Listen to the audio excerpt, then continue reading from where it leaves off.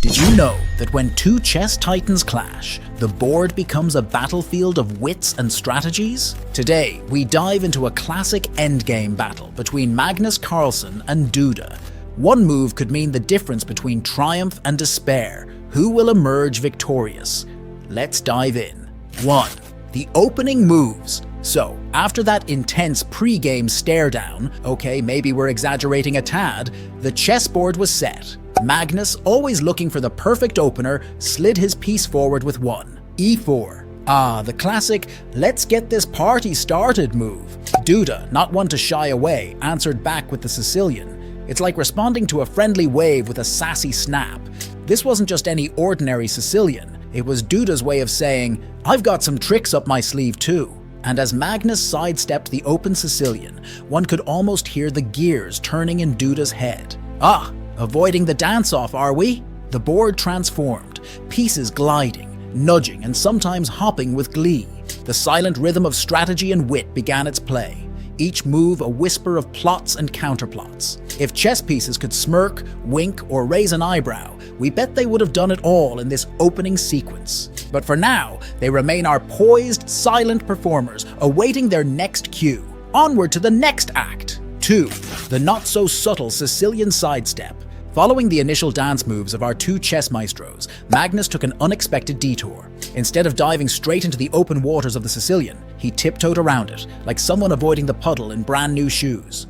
Duda, perhaps anticipating a splash, was left momentarily splatter-free, while Carlsen's knight c3 move was a little like ordering a salad at a burger joint.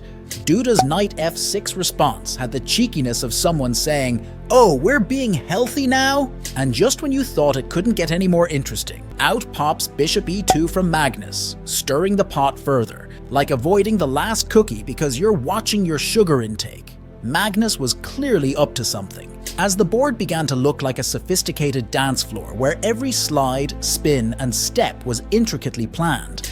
It was evident that these grandmasters were deep in conversation, albeit silently. Duda's pieces, trying to decode Magnus's Morse code of moves, stayed alert. All this tiptoeing around makes one wonder, what's the next surprise? But folks, patience! The best and most unexpected moves always come when you least expect them. Shall we? 3. Middle game complexity. Ah, middle games. That time when everyone's staring at the board like they've forgotten where they parked their car.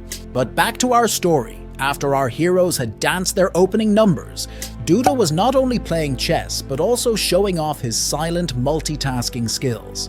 Clearly, his brain was simultaneously pondering which pizza topping is truly superior. Pineapple lovers beware. Magnus, on the other hand, was crafting a silent symphony. Think of him as the guy who tries to open a bag of chips without making a sound at midnight. Sneaky and purposeful. Our board now resembles a drama-filled party, where every piece is both a guest and a potential plot twister. Duda's moves echoed ambition, a silent shout saying, "I'm here, and I forgot to bring the salsa, but I've got the moves." Meanwhile, Magnus, as stealthy as someone sneaking leftovers at 2 a.m., counters with precision. The knights pranced around, the bishops eyed the buffet, and the rooks, well, they're just there, thinking about that parking spot again.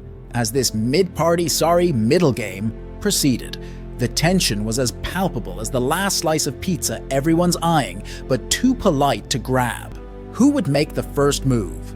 4. Checkmate or stalemate? As we edge into the classic endgame, the tension is palpable. Magnus, with a poet's precision and a warrior's resolve, is crafting a masterpiece on the chessboard. Each piece, a silent player in this wordless drama, moves with grace under his command. Duda, not to be outdone, defends with the tenacity of a seasoned soldier, his eyes revealing a storm of calculated thoughts. It's like a dance, only less dancing with the stars and more a tango of the minds. Pawns, those little brave souls, not just bystanders, but active participants, dart across the board like eager kids in a candy store. They're not just moving, they're on a mission. Duda's queen, like a vigilant guardian, keeps an assertive eye, ensuring each pawn's ambitious sprint is kept in check. Magnus, however, has different plans. Every piece, every square, is a chapter of a story only he knows the ending to.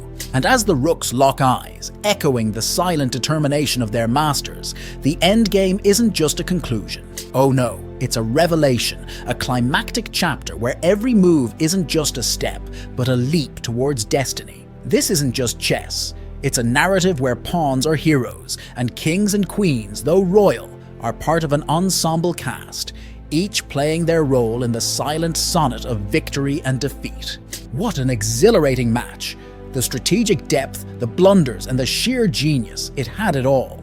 If you enjoyed this breakdown and are hungry for more such deep dives, don't forget to hit that like button and subscribe for more. After all, the world of chess is vast, and together we'll explore every corner. Join the journey!